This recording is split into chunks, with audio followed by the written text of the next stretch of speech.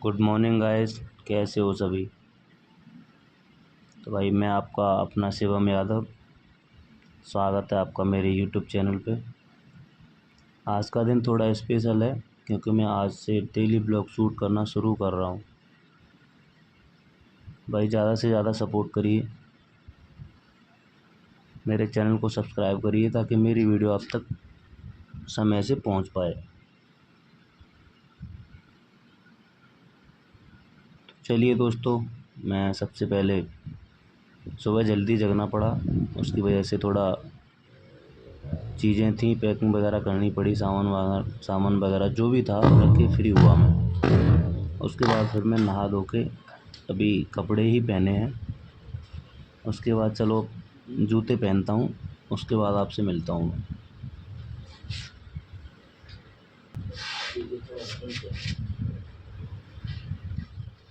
ज़्यादा लेट होने में कोई फायदा नहीं, ट्रेन वगैरह निकल गई तो दिक्कत हो जाएगी। फाइनली दिखाते हैं आपको, देखिए मेरी पी चुका हूँ, निकलते हैं।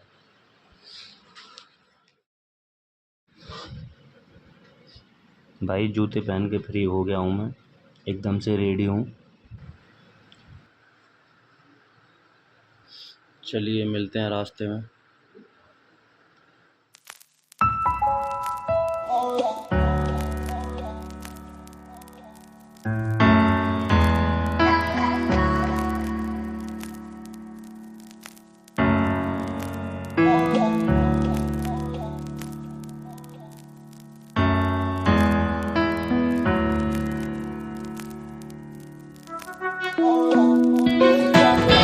तो भाई रेलवे स्टेशन पहुंच चुके हैं, टिकट वगैरह लेते हैं, वेट करते हैं ट्रेन का। बस कुछ ही समय में ट्रेन आने वाली है, फिर हम यहाँ से निकलेंगे आगे के लिए। तो जर्नी को एंजॉय करते हैं।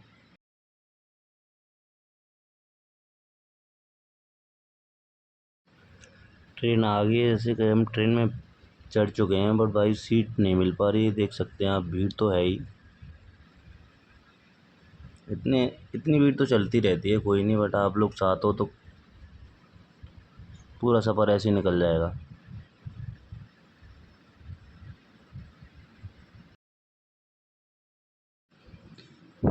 बाकी भाई ट्रेन निकल चुकी है स्टेशन से, चलते हैं आगे, एंजॉय करते हैं जर्नी को, पहुंचते हैं।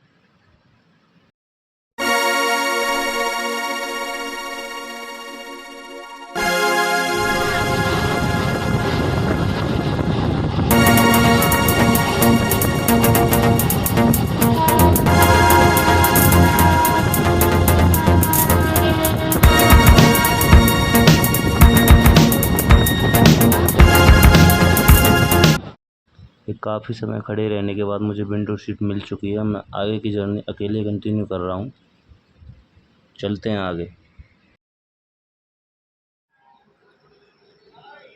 हम पहुँच चुके हैं चोला। फाइनली ये खड़ी है हमारी ट्रेन, बट अब हमें इससे नहीं आना, हम जाएंगे बाई ऑटो, फिर उसके बाद बाई बस। बाकी चलते हैं।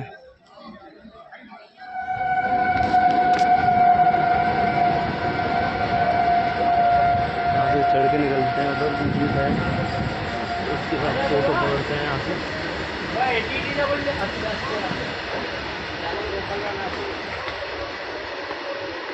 यहाँ से कुछ ऐसा नज़ारा, उधर ऑटो मिलेगा, वहाँ से बैठ के फिर निकलते हैं आगे के लिए।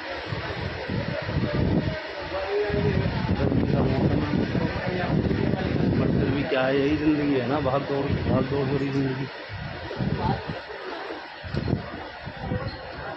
कोई नहीं, चलते हैं आगे, चल के दिखाते हैं आपको। चोला स्टेशन से एग्ज़िट करते ही आप निकलोगे, वैसे ही जस्ट सामने आपको बुलंदशहर के लिए ऑटो खड़े मिलेंगे। जैसे कि मैं जा रहा हूँ ऑटो के पास, ये सामने जो ऑटो खड़ा है, यही बुलंदशहर के लिए 1-2 ऑटो जाते हैं बस। इसका मतलब अगर आप टाइम से ऑटो में बैठ जाते हैं तभी आप पहुंच पाओगे, अन्यथा वहाँ से कोई भी व्हीकल आपको नहीं मिलेगा बुलंदशहर के लिए। तो हम बैठ गए हैं ऑटो में, अब निकलते हैं यहाँ से, क्योंकि जल्दी बुलंदशहर भी पहुँचना है, वहाँ से निकलना भी है मेरठ के लिए। तो जर्नी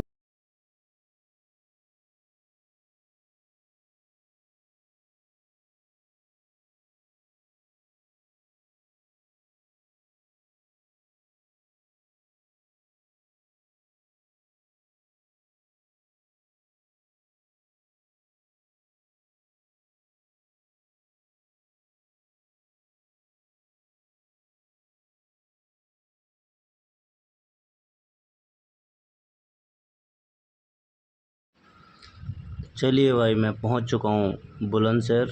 यहाँ से मैं मेरठ की बस में बैठ चुका हूं, आप देख सकते हैं। अब यहाँ से निकलते हैं, देखते हैं कितना समय लगता है, कितना किराया वगैरह है, कितना कहाँ कहाँ होके जाएगी, बाकी पूरा जर्नी एंजॉय करते हैं। मेरठ कितने टाइम में पहुँचेंगे। ये रोडवेज बस में भाई इतना तो फ़ायदा है, खाली खाली मिलती हैं, कहीं भी बैठ जाओ, अच्छे से जाओ। किराया विराया प्राइवेट से ज़्यादा महंगा होता है, वो ठीक है, पर सही लगता है, वो होना भी चाहिए। बाकी निकलते हैं भाई, ज़्यादा किराया भी नहीं है, 108 रुपये लिए हैं बस। बढ़िया है यार, समय से पहुंचा देगी 1-1.5 घंटे में बस। प्राइवेट से जाओगे इससे डबल टाइम देगी, इससे क्या ही फ़ायदा। रोडवेज से जाइए, समय से पहुंचिए, अच्छे से जाइए। मुझे तो यार सही लगा एकदम से, किराया वगैरह भी ठीक है, सीधे रोड वोड अच्छे हैं, टाइम से पहुंच जाओ। मुझे तो यही प्रेफर करना सही लग रहा है, इससे ही जाना चाहिए। मैं तो भाई सही से निकल रहा हूँ। चलो चलते हैं, एग्ज़ाम की एक्साइटमेंट है, थोड़ा प्रेशर भी है, और सबको मेंटेन करते हुए। तो भाई मेरठ पहुंचने वाले हैं, तो मेरठ के बारे में कुछ तथ्य भी जान लेते हैं। जैसे कि मेरठ शहर को किसी एक एक व्यक्ति या एक खास समय में नहीं बसाया गया था। यह एक प्राचीन नगर है जो समय समय पर विभिन्न शासकों ने के अधीन रहा है। प्राचीन काल में इस क्षेत्र में मौर्य सम्राट अशोक ने भी स्तंभ स्थापित करवाए थे, और महाभारत काल में हस्तिनापुर की राजधानी इसी के पास भी रही थी। इसके बाद फिरोज शाह तुगलक ने भी इस क्षेत्र में कुछ निर्माण कार्य कराए थे। और सबसे इम्पोर्टेंट महत्वपूर्ण तथ्य ये है कि 19वीं शताब्दी की शुरुआत में अंग्रेज़ों ने एक विशाल छावनी की स्थापना की और इसे एक महत्वपूर्ण केंद्र बनाया। तो एक छोटी सी जानकारी मैं आपको दे पाया। तो ये थे कुछ मेरठ के बारे में कुछ महत्वपूर्ण तथ्य। तो चलते हैं, मेरठ पहुंचते हैं अब।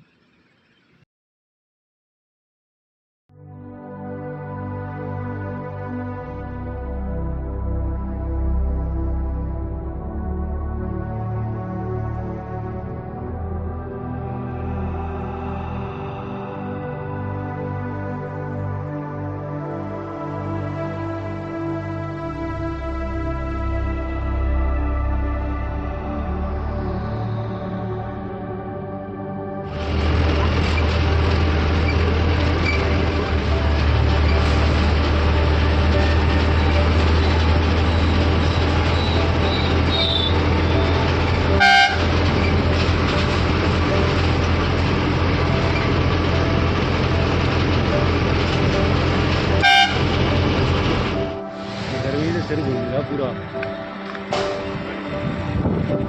बिरयानी मिली है भाई। तो भाई फाइनली पहुंच चुके हैं अपनी एग्ज़ाम सेंटर पे। इसका नाम है जेपी। तो भाई कॉलेज में एंटर कर चुके हैं हम। बहुत बड़ा कॉलेज है, पता नहीं कौन सी बिल्डिंग में जाके एग्ज़ाम रखा हुआ है, इतना वॉकिंग डिस्टेंस दे रखा है। चले ही जा रहे हैं, चले ही जा रहे हैं, पता नहीं ख़त्म ही होके नहीं दे रहा रास्ता। सामने इतनी दूर जाके दिखा रखा है।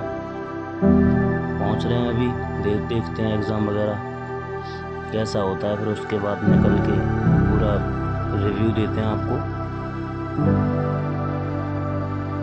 बाकी एडिक्विटी का नाम तो आप सब जानते ही हैं, क्या कंडीशन है उसकी, तो उसी के अकॉर्डिंग एक्सपेक्टेशन तो है नहीं कि अच्छा एग्ज़ाम आएगा, फिर भी देखते हैं कैसा आएगा। चलिए दिखाते हैं आपको एग्ज़ाम के बाद।